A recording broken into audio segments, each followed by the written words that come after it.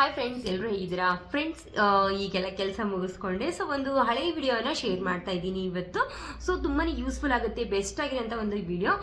So ನೀವು miss ಮಾಡಿದೀನಿ ಈ ವಿಡಿಯೋನ ಪೂರ್ತಿ ನೋಡ್ತೀರಾ ಅಂತ ಖಂಡಿತ ಅಂದ್ಕೊಂಡಿದ್ದೀನಿ. ಯಾಕಂದರೆ ಇದು ತುಂಬ ಯೂಸ್ಫುಲ್ ಆಗಿರುವಂಥ ಒಂದು ವಿಡಿಯೋ. ನೀವು ಬ್ರೇಕ್ಫಾಸ್ಟ್ಗಾದರೂ ಮಾಡ್ಕೋಬೋದು, ಇಲ್ಲಪ್ಪ ಅಂದರೆ ಲಂಚ್ ಕೂಡ ಇದನ್ನು ಮಾಡ್ಕೋಬೋದು. ಫ್ರೆಂಡ್ಸ್, ಇಲ್ಲಿ ನಾನು ಮೊದಲಿಗೆ 1/4 kg ಆಗುವಷ್ಟು ಗೋಧಿ ಹಿಟ್ಟನ್ನು ತಗೊಂಡಿದ್ದೀನಿ. ನೀವು ಮೈದಾ ಹಿಟ್ಟಿನಿಂದ ಕೂಡ ಮಾಡ್ಕೋಬೋದು, ತುಂಬಾ ಚೆನ್ನಾಗಾಗುತ್ತೆ. ಆದರೆ ಗೋಧಿ ಹಿಟ್ಟು ಆರೋಗ್ಯಕ್ಕೆ ತುಂಬಾ ಒಳ್ಳೆಯದು, ಆದಷ್ಟು ಗೋಧಿ ಹಿಟ್ಟಿನಿಂದನೇ ಮಾಡಿ. ನಂತರ ನಾನು ಇದಕ್ಕೆ ಓಂ ಕಾಳನ್ನು ಸೇರಿಸ್ತಾ ಇದ್ದೀನಿ. ಒಂದು ಅರ್ಧ ಟೀ ಸ್ಪೂನ್ ಆಗೋಷ್ಟು ಓಂ ಕಾಳನ್ನು ಇಲ್ಲಿ ಸೇರಿಸಿದ್ದೀನಿ. ರುಚಿಗೆ ತಕ್ಕಷ್ಟು ಉಪ್ಪು. ನೀವು ಖಾರ ತಿನ್ನೋರಾದರೆ ಖಾರವನ್ನು ಕೂಡ ಇದಕ್ಕೆ ಸೇರಿಸ್ಕೋಬೋದು. ನಾನಿಲ್ಲಿ ನನ್ನ ಮಗನಿಗೆ ಖಾರ ಜಾಸ್ತಿ ಆದರೆ ತಿನ್ನೋದಿಲ್ಲ ಅಂತ ನಾನು ಸೇರಿಸ್ತಾ ಇಲ್ಲ. ನಂತರ ಇದಕ್ಕೆ 1 ಸ್ಪೂನ್ ಆಗೋಷ್ಟು ಎಣ್ಣೆಯನ್ನು ಸೇರಿಸಿ ಚೆನ್ನಾಗಿ ಮಿಕ್ಸನ್ನು ಮಾಡ್ಕೋಬೇಕು.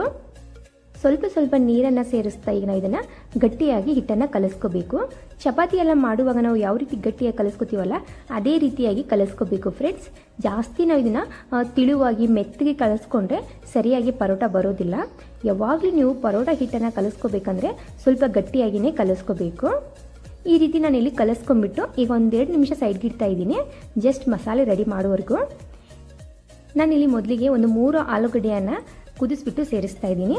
ಸ್ವಲ್ಪನೇ ಸ್ವೀಟ್ ಕಾರ್ನು, ಕ್ಯಾರೆಟು, ಎಲೆಕೋಸು ಇದನ್ನೆಲ್ಲವನ್ನು ಇಲ್ಲಿ ಸ್ವಲ್ಪ ಮನೆಯಲ್ಲಿ ಉಳಿದಿತ್ತು ಎಲ್ಲವನ್ನು ಇದಕ್ಕೆ ಸೇರಿಸಿದ್ದೀನಿ.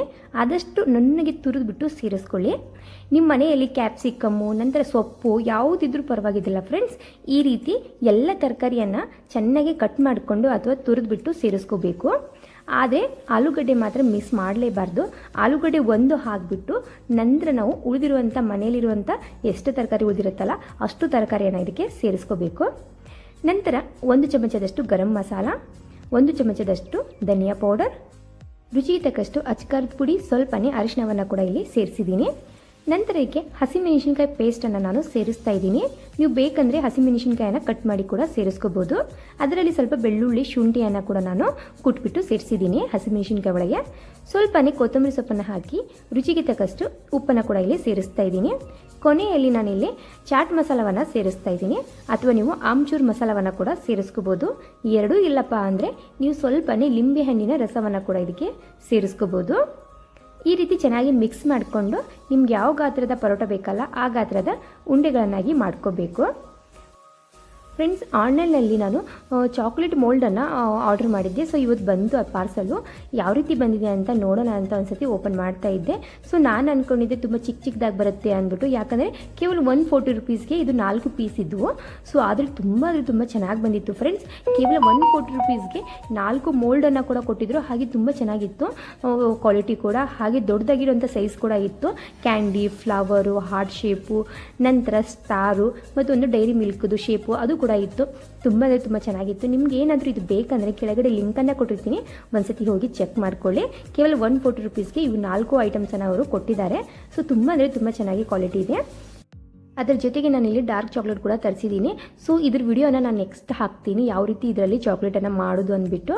ಯಾಕಂದರೆ ಈಗ ರಜೆ ಶುರು ಆಯಿತು. ಸೊ ರಜೆಯಲ್ಲಿ ನನ್ನ ಮಗನಿಗೆ ಡೈಲಿ ಏನಾದರೂ ವೆರೈಟಿ ಬೇಕಾಗುತ್ತೆ, ಅದ್ರಗೋಸ್ಕರ. ನಂತರ ನಾನು ಇಲ್ಲಿ ಹಿಟ್ಟನ್ನು ತಗೋತಾ ಇದ್ದೀನಿ ಫ್ರೆಂಡ್ಸ್. ನಿಮಗೆ ಯಾವ ಗಾತ್ರದ ಉಳ್ಳೆ ಬೇಕಲ್ಲ ಆ ಗಾತ್ರದ ಉಳ್ಳೆಗಳನ್ನಾಗಿ ನೀವು ಮಾಡ್ಕೋಬೋದು. ಈಗ ನಾನಿಲ್ಲಿ ಗೋಧಿ ಹಿಟ್ಟಿನಲ್ಲಿ ಒಂದ್ಸತಿ ಡಿಪ್ ಮಾಡಿಕೊಂಡು ಚಪಾತಿ ಎಲ್ಲ ಲಟ್ಟಿಸ್ತೀವಲ್ಲ ಅದೇ ರೀತಿ ಲಟ್ಟಿಸ್ಕೋಬೇಕು. ಆದಷ್ಟು ಚಪಾತಿಗಿಂತ ತಿಳಿವಾಗಿ ಲಟ್ಟಿಸ್ಕೊಂಡ್ರೂ ಕೂಡ ತುಂಬಾ ಒಳ್ಳೆಯದು.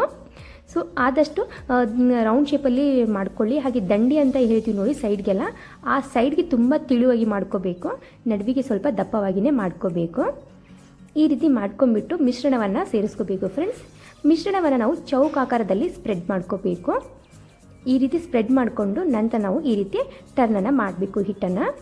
ಈ ರೀತಿ ಮಾಡೋದ್ರಿಂದ ತುಂಬ ಈಸಿಯಾಗಿ ನಾವು ಪರೋಟ ಕೂಡ ಮಾಡ್ಬೋದು. ಹಾಗೆ ಸ್ವಲ್ಪನೂ ಓಪನ್ ಕೂಡ ಆಗೋದಿಲ್ಲ. ಹಾಗೆ ತುಂಬ ಚೆನ್ನಾಗಿ ಕೂಡ ಪರೋಟ ಇಲ್ಲಿ ರೆಡಿ ಆಗುತ್ತೆ. ಒಂದೊಂದು ಸತಿ ನಾವು ರೌಂಡ್ ಶೇಪಲ್ಲಿ ಮಾಡುವಾಗ ಪರೋಟ ಎಲ್ಲ ಅಂಟ್ಕೊಂಡ್ಬಿಡುತ್ತೆ, ಸರಿಯಾಗಿ ನಮಗೆ ತೀಡೋಕ್ಕೂ ಕೂಡ ಬರೋದಿಲ್ಲ. ಹಾಗಾಗಿ ತುಂಬ ತಲೆನೋವು ಆಗಿಬಿಡುತ್ತೆ ಪರೋಟ ಮಾಡೋದು. ಈ ರೀತಿ ಮಾಡಿದರೆ ತುಂಬ ಈಸಿಯಾಗಿ ನಾವು ಪರೋಟವನ್ನು ಮಾಡ್ಬೋದು. ಒಂದು ದೊಡ್ಡದಾಗಿರುವಂಥ ಎಲೆಯನ್ನು ಲಟ್ಟಿಸ್ಕೊಂಡು ನಂತರ ಮಿಶ್ರಣವನ್ನು ಇಟ್ಟು ನಂತರ ಇದನ್ನು ಫೋಲ್ಡಿಂಗ್ ಮಾಡಿಕೊಳ್ಳಿ. ನಂತರ ಸ್ವಲ್ಪನೇ ಪ್ರೆಸ್ ಮಾಡಿದರೆ ಸಾಕು, ನಮ್ಮದಿಲ್ಲಿ ಪರೋಟ ರೆಡಿ ಆಯಿತು. ಇದೇ ರೀತಿ ನಾನಿಲ್ಲಿ ಮಾಡಿ ಎಲ್ಲವನ್ನು ಒಂದು ಪಾಕೆಟ್ ಹಾಳಿ ಮೇಲೆ ಸೈಡ್ಗೆ ಇಡ್ತಾ ಇದ್ದೀನಿ. ಯಾಕಂದರೆ ಒಬ್ಬಳೇ ಮಾಡೋದ್ರಿಂದ ಪದೇ ಗ್ಯಾಸ್ ಆನ್ ಆಫ್ ಮಾಡೋದಾಗುತ್ತೆ. ಹಾಗಾಗಿ ನಾನು ಒಂದೇ ಸತಿ ಚಪಾತಿ ಆಯಿತು, ಒಬ್ಬಟ್ಟಾಯಿತು ಎಲ್ಲವನ್ನು ನಾನು ಒಂದೇ ಸತಿ ಮಾಡಿ ಸೈಡ್ಗೆ ಇಟ್ಕೋತೀನಿ. ಒಂದು 5ರಿಂದ 6 ಆದಮೇಲೆ ಒಂದೊಂದಾಗಿ ಬಿಸಿ ಮಾಡ್ತಾ ಹೋಗ್ತೀನಿ ಫ್ರೆಂಡ್ಸ್. ಈಗ ನಾನಿಲ್ಲಿ ಒಂದು ಪ್ಯಾನಲ್ಲಿ ಬಿಸಿ ಮಾಡ್ತಾ ಇದ್ದೀನಿ. ಸ್ವಲ್ಪನೇ ಕಲರ್ ಚೇಂಜ್ ಆದ ನಂತರ ಇದಕ್ಕೆ ತುಪ್ಪ ಅಥವಾ ಎಣ್ಣೆಯನ್ನು ಸ್ಪ್ರೆಡ್ ಮಾಡ್ಕೊಳ್ಳಿ. ಆದಷ್ಟು ಪರೋಟಾಗೆ ತುಪ್ಪವನ್ನು ಹಾಕಿದರೆ ತುಂಬ ಚೆನ್ನಾಗಿ ಅನಿಸುತ್ತೆ. ಸೊ ತುಪ್ಪವನ್ನು ನಾನಿಲ್ಲಿ ಸ್ಪ್ರೆಡ್ ಮಾಡ್ತಾ ಇದ್ದೀನಿ. ಈ ರೀತಿ ಸ್ಪ್ರೆಡ್ ಮಾಡಿಕೊಂಡು ನಂತರ ಮತ್ತೆ ಇದಕ್ಕೆ ಟರ್ನನ್ನು ಮಾಡಿ ಮತ್ತೆ ಸ್ವಲ್ಪ ತುಪ್ಪವನ್ನು ಸೇರಿಸ್ಕೋಬೇಕು. ಇದನ್ನು 2 ಬದಿ ಚೆನ್ನಾಗಿ ಫ್ರೈ ಮಾಡಿಕೊಂಡ್ರೆ ಸಾಕು ಫ್ರೆಂಡ್ಸ್. ನಮ್ಮದಿಲ್ಲಿ ವೆಜಿಟೇಬಲ್ ಪರೋಟ ಇಲ್ಲಿ ರೆಡಿ ಆಗಿತ್ತು. ತುಂಬ ಅಂದರೆ ತುಂಬ ಚೆನ್ನಾಗಿ ಅನಿಸುತ್ತೆ. ಹಾಗೆ ಆರೋಗ್ಯಕ್ಕೂ ಕೂಡ ತುಂಬಾ ಒಳ್ಳೆಯದು. ಮನೆಯಲ್ಲಿ ಮಕ್ಕಳು ಏನಾದರೂ ತರಕಾರಿ ತಿಂತಾ ಇಲ್ಲಪ್ಪ ಅಂದರೆ ನೀವು ಅವರಿಗೆ ಈ ರೀತಿ ಮಾಡಿಕೊಡಿ, ತುಂಬಾ ಚೆನ್ನಾಗಿ ಅನಿಸುತ್ತೆ. ನೀವು ನೋಡ್ತಾ ಇರ್ಬೋದು ಈಗ ಇಲ್ಲಿ ನಮ್ಮ ಪರೋಟ ಕೂಡ ರೆಡಿ ಆಯಿತು. ಇದೇ ರೀತಿ ನಾನಿಲ್ಲಿ ಎಲ್ಲ ಪರೋಟವನ್ನು ಮಾಡಿ ಸೈಡ್ಗಿಡ್ತಾ ಇದ್ದೀನಿ ಫ್ರೆಂಡ್ಸ್. ಇದ್ರ ಜೊತೆಗೆ ಯಾವುದೇ ಚಟ್ನಿ ಮೊಸರು ಏನು ಬೇಕಾಗೋದಿಲ್ಲ, ಹಾಗೆ ತಿನ್ಬೋದು, ಅಷ್ಟು ಚೆನ್ನಾಗಾಗುತ್ತೆ. ಆದರೆ ನೀವು ಖಾರ ತಿನ್ನೋರಾದರೆ ಖಾರದ ಕ್ವಾಂಟಿಟಿ ಸ್ವಲ್ಪ ಜಾಸ್ತಿ ಮಾಡ್ಕೊಳ್ಳಿ. ಸ್ವಲ್ಪ ನಾವು ಖಾರ ಕಡಿಮೆ ತಿನ್ನೋ ಕಾರಣಕ್ಕೆ ಇಲ್ಲಿ ಖಾರ ನಾನು ತುಂಬಾ ಕಡಿಮೆ ಹಾಕ್ತೀನಿ. ನಾನೇನಾದರೂ ಖಾರ ಸ್ವಲ್ಪ ಜಾಸ್ತಿ ಹಾಕಿದರೆ ಸಾಕು, ನಮ್ಮ ಮನೆಯವರು ಮತ್ತು ನನ್ನ ಮಗ ಊಟನೇ ಮಾಡೋದಿಲ್ಲ. ಸೊ ಮಾಡಿರೋಂಥ ಅಡುಗೆ ಎಲ್ಲ ನಾನು ಒಬ್ಬಳೇ ತಿನ್ನಬೇಕಾಗತ್ತೆ. ಹಾಗಾಗಿ ನಾನು ಸ್ವಲ್ಪ ಖಾರ ಕಡಿಮೆ ಹಾಕಿನೇ ಮಾಡ್ತಾ ಇರ್ತೀನಿ. ಸೊ ನೀವು ನಿಮ್ಮ ರುಚಿಗೆ ತಕ್ಕಷ್ಟು ಖಾರವನ್ನು ಸೇರಿಸ್ಕೊಂಡು ಈ ಪರೋಟವನ್ನು ಮಾಡ್ಕೊಳ್ಳಿ, ತುಂಬಾ ಚೆನ್ನಾಗಿ ಅನಿಸುತ್ತೆ. ಹಾಗೆ ನೀವು ಎಲ್ಲಾದರೂ ಟ್ರಾವೆಲ್ಗೆ ಹೋಗುವಾಗ ಈ ರೀತಿ ಪರೋಟವನ್ನು ಮಾಡಿ ತೊಗೊಂಡು ಹೋಗ್ಬೋದು. ತುಂಬಾ ಮೃದುವಾಗಿ ಕೂಡ ಇರುತ್ತೆ, ಹಾಗೆ ತುಂಬಾ ರುಚಿ ಕೂಡ ಆಗಿರುತ್ತೆ ಫ್ರೆಂಡ್ಸ್. ಇದ್ರ ಜೊತೆ ಯಾವುದೇ ಚಟ್ನಿ ಮೊಸರು ಏನು ಬೇಕಾಗೋದಿಲ್ಲ ಅಲ್ವಾ. ಇದು ಜಸ್ಟ್ ಒಂದು ಬಾಕ್ಸಲ್ಲಿ ಹಾಕೊಂಡು ಹೋದರೆ ಸಾಕು. ಇದನ್ನು ತಿಂದುಬಿಟ್ಟು ನಾವು ನೀರು ಕುಡಿದ್ರೆ ಎಷ್ಟು ಹೊಟ್ಟೆ ಕೂಡ ತುಂಬುತ್ತೆ. ಮಕ್ಕಳಿಗೆ ನೀವು ಲಂಚ್ ಬಾಕ್ಸಲ್ಲಿ ಕೂಡ ಕೊಡ್ಬೋದು. ಆದರೆ ನನಗೆ ಈ ಪರೋಟ ಜೊತೆಗೆ ಸ್ವಲ್ಪ ಬೆಣ್ಣೆ ಹಚ್ಕೊಂಡು ತಿಂತಾ ಇದ್ದರೆ ತುಂಬಾ ಚೆನ್ನಾಗಿ ಅನಿಸುತ್ತೆ. ಸೊ ಯಾವುದು ಏನೂ ಬೇಕಾಗೋದಿಲ್ಲ.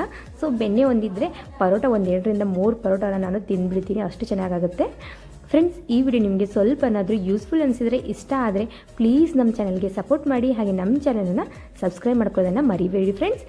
ಹಾಗೆ ಪಕ್ಕದಲ್ಲಿರುವಂಥ ಬೆಲ್ಲೈಕನನ್ನು ಆಲ್ ಅಂತ ಪ್ರೆಸ್ ಮಾಡಿ. ನಾವು ಮಾಡ್ತಾ ಇರುವಂಥ ಪ್ರತಿ ಒಂದು ವಿಡಿಯೋನೂ ಫಸ್ಟ್ ನಿಮಗೆ ನೋಟಿಫಿಕೇಷನ್ ಆಗಿ ಬರುತ್ತೆ ಫ್ರೆಂಡ್ಸ್. ಈ ವಿಡಿಯೋ ಇಷ್ಟ ಆದರೂ ಕೂಡ ಒಂದು ಕಮೆಂಟನ್ನು ಹಾಕಿ, ಇಷ್ಟ ಆಗಲಿಲ್ಲ ಅಂದರೂ ಒಂದು ಕೂಡ ಕಮೆಂಟ್ ಹಾಕಿ ಫ್ರೆಂಡ್ಸ್. ನೀವು ಒಂದು ಕಮೆಂಟ್ ಹಾಕೋದ್ರಿಂದ ನನಗೆ ನೆಕ್ಸ್ಟ್ ವಿಡಿಯೋ ಮಾಡಬೇಕನ್ನೋದೊಂದು ಆಸೆ ಉಂಟಾಗುತ್ತೆ. ಅದಕ್ಕೋಸ್ಕರ ಪ್ಲೀಸ್ ಈ ವಿಡಿಯೋ ನಿಮಗೆ ಇಷ್ಟ ಆದರೆ ಇನ್ನೊಬ್ರಿಗೆ ಕೂಡ ಶೇರ್ ಮಾಡಿ, ಹಾಗೆ ಇನ್ನೊಬ್ರಿಗೆ ಕೂಡ ಯೂಸ್ಫುಲ್ ಆಗಲಿ. ಹಾಗೆ ಈ ವಿಡಿಯೋ ನೋಡೋದಕ್ಕೆ thank you so much friends.